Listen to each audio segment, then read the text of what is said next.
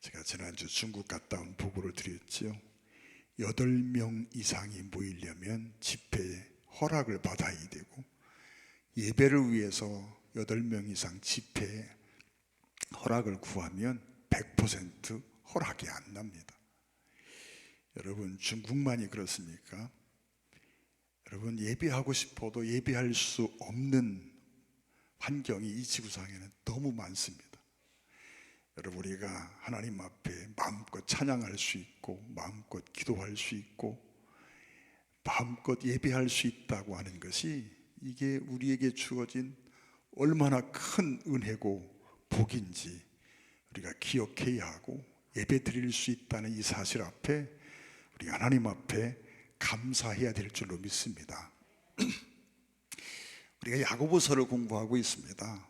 야고보 사도는 계속해서 시험에 대해서 말씀을 하고 있습니다. 우리가 시험이나 시련을 당하는 것이 어쩌다가 재수 없어서 당하는, 재수 없는 사람에게만 일어나는 그런 특별한 일이 아니라고 하는 걸 우리는 잘 알고 있습니다. 시련이 없는 사람이 어디 있고 시험이 없는 사람이 어디 있겠습니까? 이런 시험은 누구에게나 다가옵니다.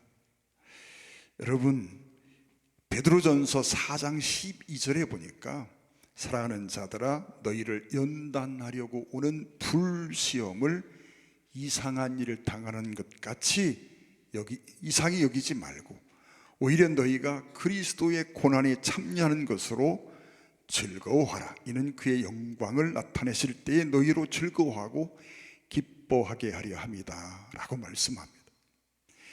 즉, 우리에게 다가오는, 우리를 연단하려고 다가오는 이런 불시험을 이상하게 생각하지 말라는 겁니다. 당연히 있어야 될 것이다 라고 하는 거죠. 여러분, 이런 연단이 없는 사람이 없습니다. 이런 시험이 없는 사람이 없습니다. 누구에게나 이런 시련들, 이런 시험들이 있습니다. 정도의 차이가 있을 뿐 누구에게나 다가옵니다. 여러분, 그리고 성경은 그렇게 말합니다. 이런 시험을 잘 참는 자에게 복이 있다라고 말씀합니다. 아무런 시련, 아무런 시험이 없는 자가 복이 있는 게 아니라, 이런 시험을 잘 참고 견디는 자가 복이 있다, 이렇게 말하고 있습니다. 시험이 없으면 좋겠지요. 그런데 우리는 시험이 없는 인생이 없다는 걸 잘 알고 있습니다. 여러분, 도대체 이런 시험이 왜 오는 걸까요? 오늘 본문 13절에 보면 그렇게 말씀합니다. 하나님은 누구에게 시험 받지도 않으시지만 누구를 시험하지도 않으신다, 그렇게 말씀합니다. 근데 여러분, 성경을 보면 하나님이 시험하시는 장면들이 꽤 많이 등장합니다. 대표적으로 하나님이 아브라함을 시험하십니다. 또 여러분, 하나님께서 이스라엘 민족이 하나님의 말씀을 잘 청종하는지를 시험하려고 가나안 땅에 몇몇 가나안 원주민을 남겨놓으셨다라고 말씀합니다. 여러분, 성경은 하나님이 시험하는 장면들이 꽤 많이 나옵니다. 그렇다면 오늘 13절 말씀은 우리가 해석의 유의가 필요합니다. 여러분, 하나님이 아무런 시험도 하지 않으신다 하는 의미로 해석할 수는 없다는 거지요. 왜? 성경에는 하나님이 시험하시는 장면들이 꽤 많이 나오니까요. 여러분, 그러면 하나님이 아무도 시험하지 않으신다라고 하는 말씀은 어떤 의미일까요? 하나님은 악한 마음을 가지고, 악의적인 생각을 가지고 누구를 넘어뜨리기 위해서 유혹하는, 미혹하는 그런 일들을 하지 않으신다라고 하는 의미입니다. 여러분, 하나님은 우리에게 그런 일들을 행하지 않습니다. 근데 그렇기 때문에 여러분, 하나님도 때때로 우리를 연단하기 위해서, 우리를 더 나은 어떤 모습으로 만들기 위해서 우리에게 시험 또는 시련들을 주신다라고 하는 걸 우리는 알아야 합니다. 그렇기 때문에 우리는 이런 시험이 우리에게 다가올 때 이 시험을 잘 이겨낼 필요가 있다는 거지요. 여러분, 우리가 시험을 잘 이기려고 하면 무엇이 필요할까요? 여러분, 시험을 이기는 것은 기본적으로 하나님을 사랑하는 마음 속에 있습니다. 우리가 정말 하나님을 깊이 사랑하고 있고 그분을 신뢰하고 있다면 우리에게 어떤 시험이 와도 우리는 그 시험을 넉넉히 이길 수 있습니다. 여러분, 시험의 원인을 욕심이라고 말하고 있습니다. 여러분, 대부분의 시험의 원인이 이런 육체적인 욕심 때문에 다가옵니다. 여러분, 가난한 사람은 없는 것 때문에 시험을 당하고 부자는 있는 것 때문에 시험에 빠지기도 합니다. 지난 시간 말씀을 드렸습니다. 가난한 사람들은 내가 가난하다고 생각하지 말고 이미 하나님께서 내게 주신 많은 것들을 생각하라 그랬습니다. 우리는 구원을 받았습니다. 하나님의 자녀가 되었습니다. 천국의 상속자가 되었습니다. 여러분, 하나님을 아버지라고 부를 수 있는 존재가 되었습니다. 하나님께서 이미 내게 주어주신 많은 복이 있고 또 앞으로 내게 주시기로 약속한 아름다운 수많은 것들이 있습니다. 우리는 천국의 상속자가 되었습니다. 그래서 야고보는 그렇게 말했습니다. 가난한 자들에게 말하기를 가난하다 생각하지 말고 하나님께서 이미 너에게 주신 것들이 있다. 그러니 그것들을 자랑하라라고 말씀하고 있습니다. 또한 여러분, 부한자들에게 말씀하시기를 부한자들은 인생의 허무함을 깨닫고 정말 욕심을 내려놓을 줄 알아야 된다라고 말씀하고 있었습니다. 사랑하는 여러분, 시험을 이기게 하는 기본적인 힘은 하나님을 향한 사랑입니다. 하나님을 사랑하는 자, 곧 그 뜻대로 부르심을 입은 자들에게는 모든 것이 합력하여 선을 이룬다고 말씀했습니다. 모든 것이 합력하여 선을 이룬다는 말이 뭡니까? 우리가 생각할 때 좋게 보이는 것도 있고 나쁘게 보이는 것도 있을 수 있습니다. 그러나 우리 삶에 좋은 일도 있고 나쁜 일도 있는 것 같습니다. 결국 우리가 하나님을 진실로 사랑하고 있으면 이 모든 것들의 결국이, 그 결과가 선이라고 말씀하고 있는 것입니다. 내가 볼 때 아프고 괴롭고 힘든 일 같아도 내가 정말 주님을 사랑하고 신뢰하고 있으면 그 모든 것들이 모아져서 결국은 선한 결과를 만들어낸다고 말씀하고 있습니다. 다시 말하면 여러분, 우리 삶의 환경 속에서 이 많은 시련들을 이겨낼 수 있는 하나가 있다면 하나님을 향한 사랑이라는 것입니다. 여러분, 정말 하나님을 사랑하고 있습니까? 하나님을 신뢰하고 있습니까? 하나님을 정말 사랑하고 있고 하나님을 신뢰하는 사람은 어떤 환경 속에서라도 넘어지지 아니할 것이고 그리고 그 시험을 넉넉히 이길 수 있다고 말씀하고 있습니다. 여러분, 시험을 참는 자에게 복이 있다고 말씀하고 있습니다. 10절 말씀에 그렇게 말합니다. 시험을 참는 자는 복이 있나니. 복이 있다라고 하는 말이 마카리오이라고 하는 헬라어입니다. 이 말은 여러분, 육신적인 복을 의미하지 아니하고 영적인 복을 의미하고 있습니다. 히브리어로 아쉐르라는 말과 연결되어 있는 같은 의미의 말입니다. 시편 150편을 여는 첫 단어가 복 있는 자입니다. 여러분, 이 복 있다라고 하는 이 말이 아쉐르라는 말이고 여러분, 헬라어로는 마카리오이라는 말입니다. 그래서 시편을 여는 첫 단어가 아쉐르, 복 있는 자이고 마치는 단어가 할렐루야입니다. 여러분, 복 있는 사람, 어떤 사람이냐? 시험을 안 당하는 사람이 아니라 시험이 올 때 그걸 잘 참고 견디는 사람이 복이 있다라고 말씀하고 있습니다. 하나님을 사랑하는 자, 곧 그 뜻대로 부르심을 입은 자에게는 모든 것이 합력하여 선을 이룬다고 말씀했습니다. 또 사랑하는 자여, 내 영혼이 잘됨 같이 내가 범사에 잘되고 강건하기를 원하노라 말씀합니다. 여러분, 영혼이 잘됨 같이 범사에 잘 되고 강건하기를 원합니다. 우리는 범사에 하나님의 은혜를 받기 원하고 우리가 강건하기를 원합니다. 그런데 이러한 범사에 하나님의 은혜가 있고 강건한 복은 무엇의 결과입니까? 영적으로 하나님 앞에 바로 서 있고 정말 내 영혼이 하나님과의 관계 속에서 온전한 모습을 보일 때 주어지는 복이라고 말씀하고 있습니다. 사랑하는 성도 여러분, 참는다는 것은 결코 즐거운 일이 아닙니다. 참는다, 견딘다, 여러분 이게 좋은 환경을 이야기하는 게 아니지 않습니까? 여러분, 기쁜 일이 아니고 좋은 일이 아닙니다.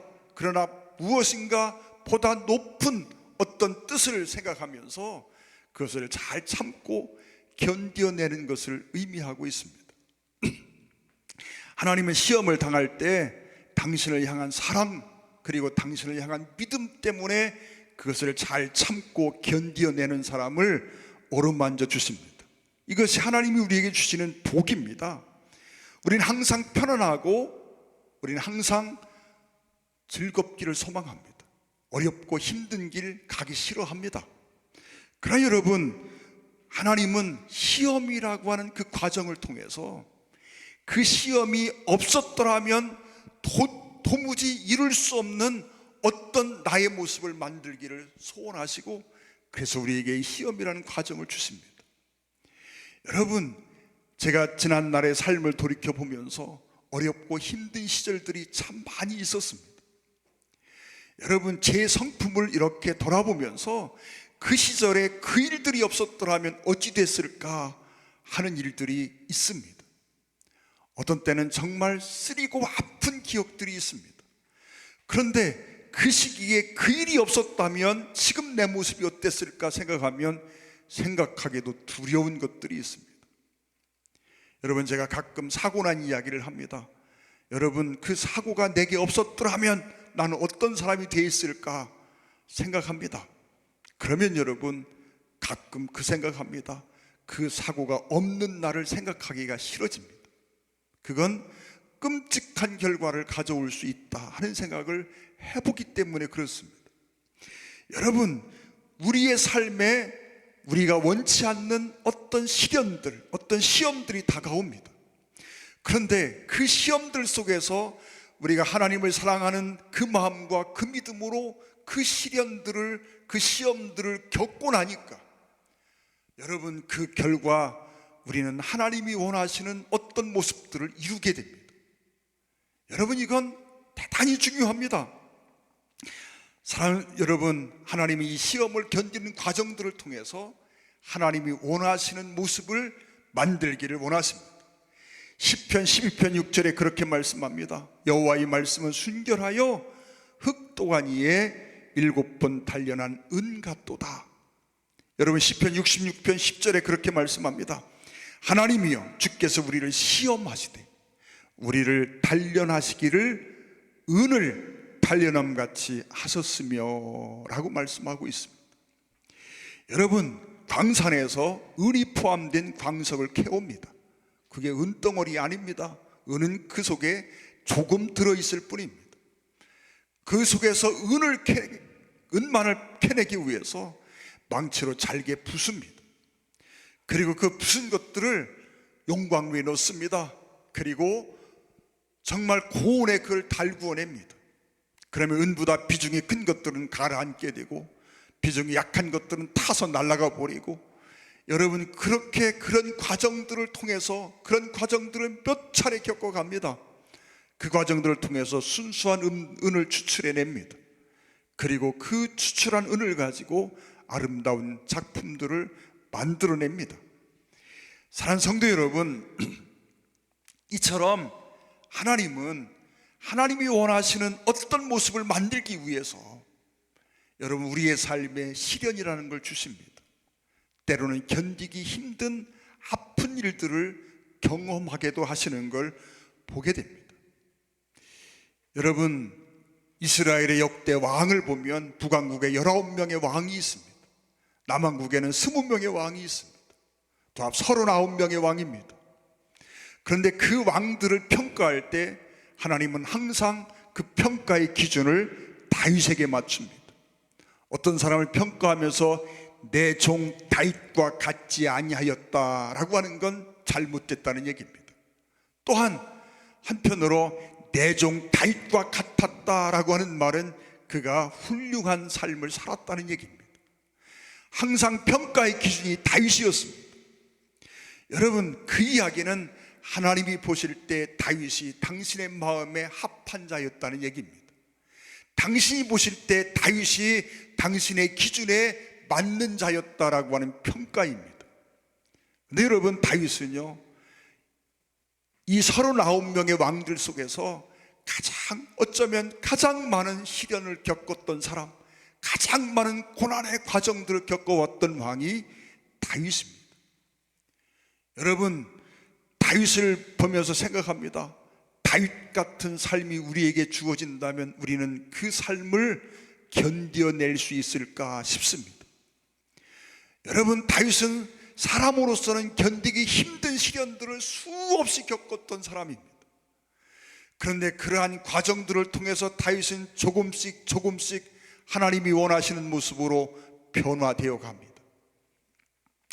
여러분, 이처럼 다윗은요, 항상 이런 시련들 속에서 하나님을 묵상하고, 그러면서 이 시련들 속에서 조금씩 자신의 모습을 변화시켜 갔던 모습을 보게 됩니다. 여러분, 시험을 참기 위해서는 하나님께 대한 믿음이 필요합니다. 하나님은 선하신 분이라고 하는 믿음이 첫째로 필요합니다. 오늘 본문에 그렇게 말씀합니다. 하나님은 아무도 시험하지 않으신다 말씀드렸지요. 이것이 하나님이 누구에게 연단이나 시험을 주지 않는다는 의미가 아니라고 말씀을 드렸습니다. 하나님은 선하신 분이기 때문에 악의를 가지고 우리를 넘어뜨리기 위해서, 우리를 잘못되게 하기 위해서 유혹하거나 미혹하시는 분이 아니라고 하는 의미라고 말씀을 드렸습니다. 여러분, 하나님은 선하신 분입니다. 다윗은요, 그의 삶 속에 수많은 고난들이 다가옵니다. 요즘 새벽 시간에 시편 말씀을 묵상합니다. 시편 150편 중에 73편이 다윗의 시입니다. 근데 그 다윗의 시들을 이렇게 묵상해 보면서 받는 은혜가 있습니다. 다윗은요, 그의 삶 속에 고난이 오고 그의 삶 속에 어떤 심각한 상황적인 어려움이 닥칠 때마다 다윗이 하는 첫 번째 작업이 있습니다. 그것은 그 상황 속에서 하나님을 묵상하는 일입니다. 하나님이 어떤 분인지, 하나님에 대한 깊은 묵상을 합니다. 지금 그의 삶에 정말 너무 견디기 힘든 고난이 있습니다. 그런데 그 고난 속에서 다윗은 하나님을 묵상합니다. 그리고 그 묵상을 통해서 하나님 앞에 고백합니다. 여호와는 나의 목자시라 고백합니다. 여호와는 나의 피난처가 되신다 고백합니다.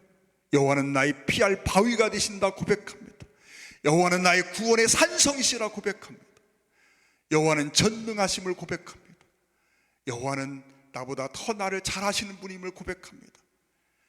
지난 새벽에 보았던 말씀 중에 그런 말씀이 있습니다.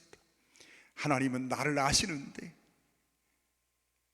내 입의 말도 아시고 내 마음속의 생각도 아시고 내 마음의 계획도 아시고 나의 형편도 아시고 나의 모든 것을 아시는 하나님이라고 고백합니다. 그 다윗은 그러한 고백을 통해서 하나님께서 지금 내가 처한 이 상황을 너무도 잘 알고 계신 분, 나를 구원하실 하나님, 전능하신 하나님을 고백합니다. 여러분, 다윗은 어떤 일들을 당할 때마다, 어떤 고난이 올 때마다, 그때마다 깊이 하나님을 묵상합니다. 그리고 그 묵상 중에 만난 하나님 앞에 신앙을 고백합니다. 그 믿음으로 그 환경 속에서 하나님의 뜻을 찾고 이겨나가는 모습들을 보게 됩니다. 하나님 우리를 인도하실 때 하나님의 말씀으로 우리를 이끌어 갔습니다. 여러분, 어떤 상황 속에서 하나님의 뜻을 깨닫고자 하는 노력이 없다면 그것은 하나님 앞에 우리가 보일 수 있는 최고의 불충입니다. 우리는 깨달아야 합니다. 어떤 환경 속에서, 어떤 경우, 어떤 사건 앞에서 우리는 늘 하나님의 뜻을 찾을 줄 알아야 합니다. 하나님, 이게 어떤 의미가 있습니까? 내가 이 순간 어떻게 하기를 원하십니까? 내가 이 순간 하나님 어떤 모습을 보이기를 원하십니까? 하나님의 뜻이 무엇입니까? 여러분, 하나님의 뜻을 찾는 노력이 필요합니다. 여러분, 어떤 일 앞에서, 어떤 사건 앞에서 하나님의 뜻을 찾는 것을 포기하는 것은 반역입니다. 모든 불신앙이 거기로부터 출발합니다. 여러분, 어느 날 다윗이 유다 광야 아둘람 굴 속에 숨어 있습니다. 사울에게 쫓겨서 경황 중에 숨어 들어간 곳이 동굴이었습니다. 근데 사울이 군대를 이끌고 그 동굴 앞에까지 다가왔습니다. 동굴 속 깊은 곳으로 숨어 들어갑니다. 군사들을 시켜서 그 동굴을 수색하게 만듭니다. 사울의 군사가 그 동굴을 수색할 때 하나님이 급히 거미들을 동원해서 그 동굴 속에 거미줄을 치기 시작합니다.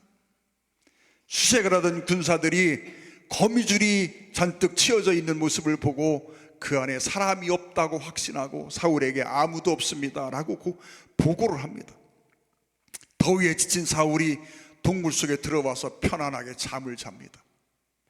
그때 다윗이 칼을 빼들고 누워서 깊은 잠에 빠져 있는 사울 앞에 섰습니다. 여러분, 지금 사울을 죽이면 다윗은 더 이상 쫓기는 삶을 살지 않아도 됩니다.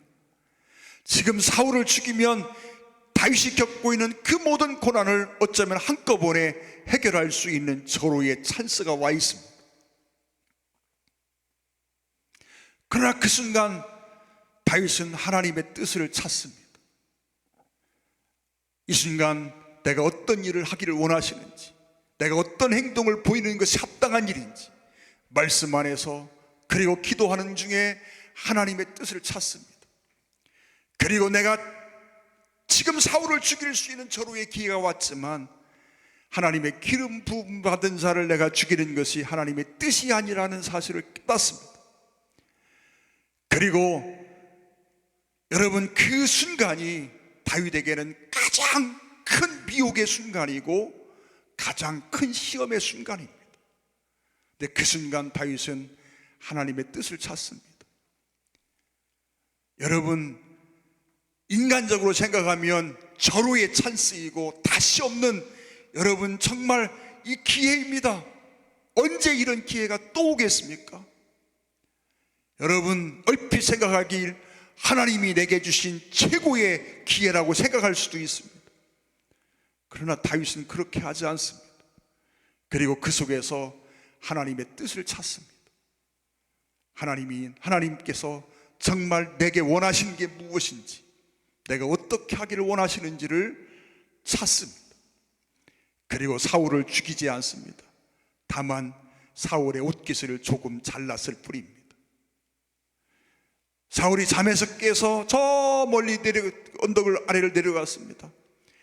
다윗이 사울을 향하여 내 아버지, 내 아버지 하고 소리쳐 사울을 부릅니다. 그리고 다윗과 사울과의 대화가 오갑니다. 그 오가는 대화 중에 다윗이요, 하나님의 기름 부음 받은 사울의 옷자락을 베었다는 사실 때문에 가슴 아파하는 장면이 나옵니다. 사랑하는 성도 여러분, 우리는 어떤 환경 속에서 하나님의 뜻이 무엇인지를 찾지 않으면 미혹에 넘어집니다. 여러분, 하나님의 말씀, 하나님의 뜻, 하나님의 의도가 무엇인지를 알아야 합니다. 그래서 우리는 말씀을 묵상해야 하고, 그래서 기도해야 합니다. 그때마다 하나님 앞에 물어야 합니다. 하나님, 정말 이 시간 나를 향한 하나님의 뜻이 무엇입니까? 내가 무엇을 하기를 원하십니까? 라고 물어야 합니다. 또한 여러분, 시험 속에는 하나님의 기쁜 뜻이 숨어 있다라고 하는 사실을 우리는 꼭 기억해야 합니다.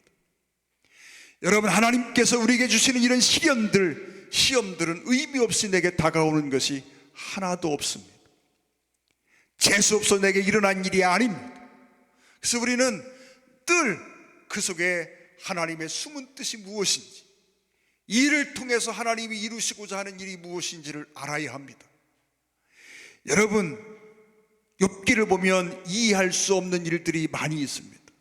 욥에게는 정말 화목한 가정이 있었습니다. 풍성한 부가 있었습니다. 어느 날 그 모든 것들이 하루아침에 다 날아가 버렸습니다. 자녀들이 모두가 하루아침에 죽었습니다. 아내는 남편을 저주하고 떠나가 버렸습니다. 재산도 다 없어졌습니다. 그렇게 건강하던 몸에 온몸에 종기가 돋아서 하루 종일 세금파리를 깨서 몸을 득득 긁어야만 합니다. 여러분, 그런 환경 속에 처했습니다. 이해할 수 없는 일입니다. 이 욥은 철저하게 하나님을 섬긴다고 생각했습니다. 하나님 앞에서 죄를 짓지 않으려고 몸부림치는 삶을 살았던 사람입니다. 하나님도 욥은 의로운 사람이다 라고 인정할 만큼 욥은 그런 삶을 살았습니다. 그런 사람에게 상상할 수 없는 이런 큰 시련이 다가왔습니다. 여러분, 이게 의미 없는 시련이라면 이게 얼마나 억울합니까? 근데 여러분, 욥기서를 읽다가 깨닫는 것이 있습니다. 하나님이 왜 욥에게 이렇게 큰 아픔과 이렇게 큰 시련을 주면서까지 욥에게 이루고자 하셨던 하나님의 의도가 무엇인지를 발견하는 순간입니다. 여러분, 욥기 31장 21절 한번 보겠습니다. 만일 나를 도와주는 자가 성문에 있음을 보고 내가 주먹을 들어 고아를 향해 휘둘렀다면 내 팔이 내 어깨에서 떨어지고 내 팔뼈가 그 자리에서 부스러지기를 바라노라. 나는 하나님의 재앙을 심히 두려워하고 그의 위엄으로 말미암아 그런 일을 할 수 없느니라. 이게 욥의 신앙이었습니다. 여러분, 욥은 처녀를 주목해 보지 않습니다. 저 앞에 여인이 옵니다. 그러면 그 여인을 주목해 보지 않으려고 눈을 감습니다. 왜요? 처녀를 주목하여 보고 혹시 마음속에 내가 잘못된 마음을 품으면 하나님이 내 눈을 빼버릴까 겁이 나서 감히 그 처녀를 주목해 보지 못했다고 말합니다. 여러분, 하나님이 눈을 빼버릴까 겁나서, 하나님이 내 팔을 잘라버릴까 겁나서, 하나님이 나의 삶을 이렇게 하실까 겁나서 하나님의 심판과 진노가 두려워서 감히 그와 같은 일을 하지 못했다. 이게 욥의 신앙입니다. 하나님은요, 욥의 이러한 신앙에 대한 섭섭함이 있습니다. 안타까움이 있습니다. 하나님은 욥이 하나님의 인자하심을 알기를 원합니다. 하나님의 자비하심을 알기를 원합니다. 하나님이 그를 얼마나 사랑하는지를 알기를 원하십니다. 여러분, 만약 하나님이 정말 내 눈이 범죄하면 내 눈을 빼버리고 내 손이 범죄하면 내 손을 잘라버리고 그런 하나님이라면 우리가 여기 사지육신 멀쩡하게 앉아 있겠습니까? 여기 앉아 있는 이유가 뭡니까? 여러분, 하나님은 온 천하에 사랑할 대상이 오직 나 하나밖에 없는 것처럼 나를 사랑하시는 분이십니다. 부모가 자식을 사랑함보다 나를 더 사랑한다고 말씀하십니다. 여러분, 우리가 죄를 지을 때 진노하시는 하나님이 아니라 속상해하시고 안타까워하시는 하나님이십니다. 뺨 아파하시는 하나님인 걸 알아야 합니다. 하나님이 범죄한 우리에게 매를 드심은 우리를 심판하심이 아니라 우리를 징계하시고 그 징계를 통하여 바른 길로 인도하시기를 위함입니다. 욥에게 이런 환난들이 임했습니다. 감당할 수 없는 이런 고난이 임했습니다. 그 원인은 욥의 이 잘못된 신앙을 고치기 위함이었습니다. 하나님에게는 준엄하심과 인자하심이 있다 그랬습니다. 준엄하심에 거하게 되면 여러분, 원뿔이라도, 즉 이스라엘 백성이라도 하나님 앞에 찍어냄을 받았다라고 성경은 말합니다. 우리는 하나님의 인자하심을 알아야 합니다. 내가 비록 잘못했어도 하나님은요, 내가 진실로 뉘우치고 돌아서서 하나님 앞에 다시금 온전한 모습으로 서기를 원하시는 하나님이라고 하는 사실입니다. 하나님은 선하신 분입니다. 하나님은 말씀으로 우리를 인도해 가시는 분입니다. 하나님은요, 우리에게 시험을 주실 때 그냥 주시는 것이 아니라 그 시험을 통해서 하나님이 원하시는 어떤 모습을 만들기를 원하십니다. 다윗을 말씀드렸지요. 가장 많은 시련을 겪은 사람입니다. 그런데 그런 시련들을 이겨내고 나아갈 때 때로는 실패도 합니다. 그러나 실패한 순간에도 그걸 내가 잘못된 걸 깨닫는 순간 철저하게 회개합니다. 그리고 다시 믿음의 길을 걸어갑니다. 그런 과정들을 통해서 하나님이 원하시는 아름다운 모습으로 바뀌어져 가는 걸 우리가 보게 됩니다. 여러분, 아무런 시련도 시험도 없는 삶은 여러분 그 불쌍한 인생입니다. 하나님이 그에게 어떤 목표를 거두어 갔다는 의미입니다. 로마서에 보면 그렇게 말씀합니다. 내어버려 두사라는 표현이 나옵니다. 포기했다는 말입니다. 너를 내가 사람 만들기를 포기했다. 너 네 맘대로 살아.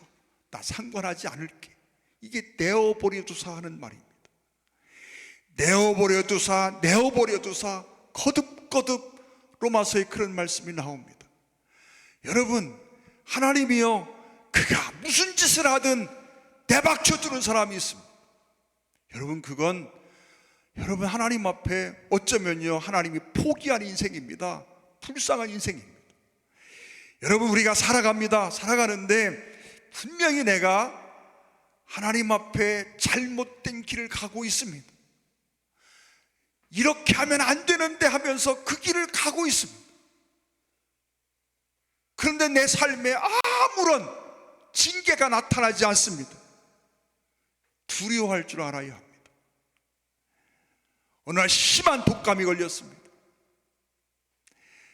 저는 독감이 한번 걸리면 정말 반 죽었다 살 만큼 그렇게 힘들게 그 감기를 앓습니다. 그렇게 감기가 걸렸습니다. 너무너무 고통스럽고 힘듭니다. 그런데 속에서 웃음이 나옵니다. 왜 웃음이 나는지 아십니까? 하나님이 내게 매를 들었다는 사실을 깨닫는 순간 웃음이 나옵니다. 하나님이 나를 포기하지 않으셨구나. 하나님이 아직도 나를 사람 만드시려고 애를 쓰시는구나. 내 삶에 큰 고난이 왔습니다.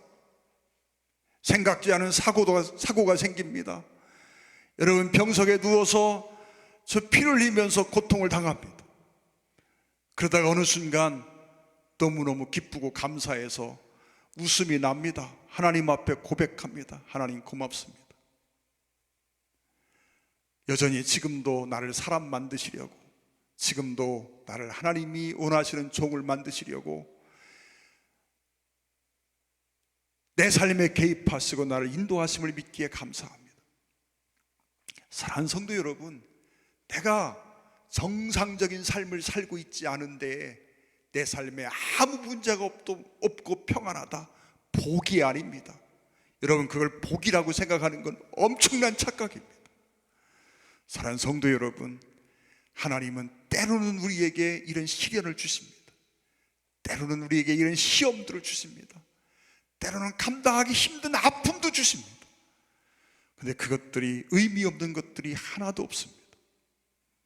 지나고 보니까 깨달아집니다. 그때 그 일이 없었다면 내가 어찌 될까 두렵습니다. 사랑하는 성도 여러분, 하나님은요, 그 일이 없다면, 그 아픈 일이 없었다면 절대 이룰 수 없는, 도달할 수 없는 어떤 모습을 만들기를 위해서 지금도 내게 이런 시련들을 주신다는 사실들을 기억하십시오.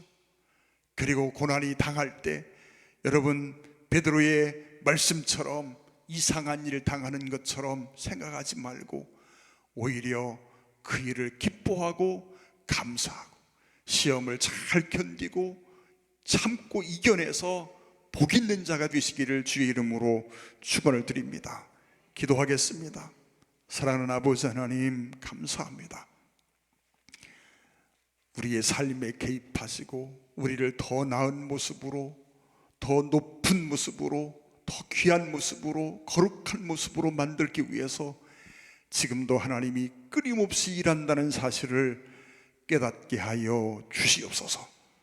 우리에게 불같은 시험이 다가올 때 쓰리고 아프고 힘들지만 그것이 축복을 담고 온, 정말 고난이라는 가면을 쓰고 내게 다가온 축복의 또 다른 이름일 수 있다는 사실을 깨닫게 하여 주시옵소서. 우리 주 예수님의 이름으로 간절히 기도 올리옵나이다. 아멘. 찬양 드리시겠습니다.